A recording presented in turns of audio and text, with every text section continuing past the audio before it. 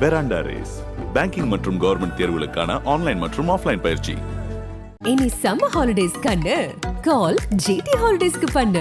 South India's number 1 travel brand. Trade பண்ண time இல்லன்னு feel பண்றீங்களா? சிம்பிள். காப்பி ட்ரேடிங்க யூஸ் பண்ணுங்க. உங்க டைம் அண்ட் எஃபோர்ட் இல்லாம ஈஸியா பணம் சம்பாதிங்க. பாஜகவுடைய மாநில தலைவர் அண்ணாமலை மேல வழக்கு பதிவு செய்ய ஆளுநர் அனுமதி அளிக்கவில்லைன்னு தமிழக ஆளுநர் மாளிகை ஒரு விளக்கம் கொடுத்திருக்காங்க. சேலத்தை சேர்ந்த சமூக ஆர்வலர் பியூஷ் மனோஜ் சேலம் நீதித்துறை நடுவர் நீதிமன்றத்துல தமிழ்நாடு பாஜக தலைவர் அண்ணாமலை மேல வழக்கு தொடர்ந்தாரு. அவருடைய மனுவில பாஜக தலைவர் அண்ணாமலை தமிழ்நாட்டு மக்களிடையே மோதலை ஏற்படுத்துற வகையில பொய்யான தகவல்களை பரப்பிட்டு வராரு. அண்ணாமலை கடந்த ஆண்டு செப்டம்பர் மாதம் மதுரையில பேசும்போது மீனாட்சி அம்மன் கோவில்ல 1956ஆம் ஆண்டு நடந்த நிகழ்ச்சியினப்போ முத்துராமலிங்க தேவர் அறிஞர் அண்ணாவை பார்த்து கடவுள் பக்தி இல்லாதவர்கள் கடவுள் பக்தி இருப்பவர்களை தவறாக பேசினால் மீனாட்சி அம்மனுக்கு ரத்தத்தால் அபிஷேகம் செய்ய வேண்டியிருக்கும்னு எச்சரிக்கை செய்ததாகவும் இதனால PT ராஜனும் அண்ணாவும் மன்னிப்பு கேட்டுவிட்டு ஓடினாங்கன்னு கூறியிருந்தாரு. ஆனா முத்துராமலிங்க தேவர் அவ்வாறு கூறல அப்படின்னு பத்திரிகைகள்லாம் தெரிவிச்சாங்க. அண்ணாமலை கூறிய தகவலுக்கான எந்த ஆதாரமும் இல்ல. பாஜக தலைவர் அண்ணாமலை இந்த மாதிரியான கட்டுக்கதைகளை கூறி மக்கள் கிட்ட கலவரம் மோதலை ஏற்படுத்துற வகையில பேசிட்டு வராரு. எனவே அவர் மேல கடும் நடவடிக்கை எடுக்க வேண்டும்னு குறிப்பிட்டிருந்தாரு. அண்ணாமலை பேச்சு குறித்த ஆதாரங்களையும் சமர்ப்பித்திருந்தாரு. இந்த வழக்கு தொடர்பா சேலம் 4வது நீதித்துறை நடுவர் நீதிமன்றத்துல விசாரணை நடந்து வந்துச்சு.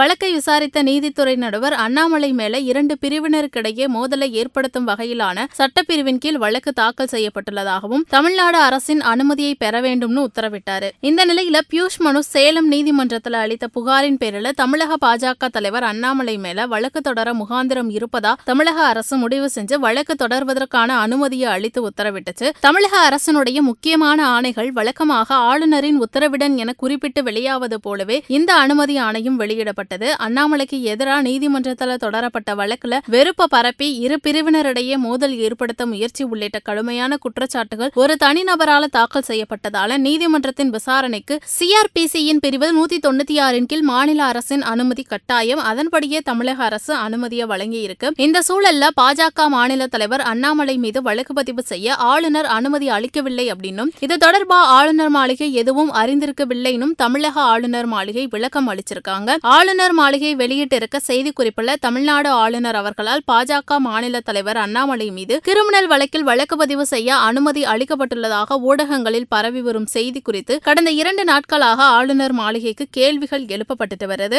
அண்ணாமலைக்கு எதிரான கிரிமினல் வழக்கு குறித்து தமிழ்நாடு ஆளுநர் மாளிகை எந்த ஒரு தகவலும் அறிந்திருக்கவில்லை. மேலும் அது தொடர்பான அனுமதி உத்தரவு எதுவும் பிறப்பிக்கவில்லைன்னு இதன் மூலம் தெரிவிக்கப்படுகிறதுன்னு அந்த செய்திக்குறிப்பில் குறிப்பிடப்பட்டிருக்கு. பெராண்டா ரேஸ் பேங்கிங் மற்றும் கவர்மெண்ட் தேர்வுகளுக்கான ஆன்லைன் மற்றும் ஆஃப்லைன் பயிற்சி. இனி சம்மர் ஹாலிடேஸ் கண்ணு கால் GT ஹாலிடேஸ்க்கு பண்ணு. South India's number 1 travel brand. Trade பண்ண டைம் இல்லன்னு ஃபீல் பண்றீங்களா? சிம்பிள். காப்பி ட்ரேடிங்க யூஸ் பண்ணுங்க. உங்க டைம் அண்ட் எஃபோர்ட் இல்லாம ஈஸியா பணம் சம்பாதிங்க.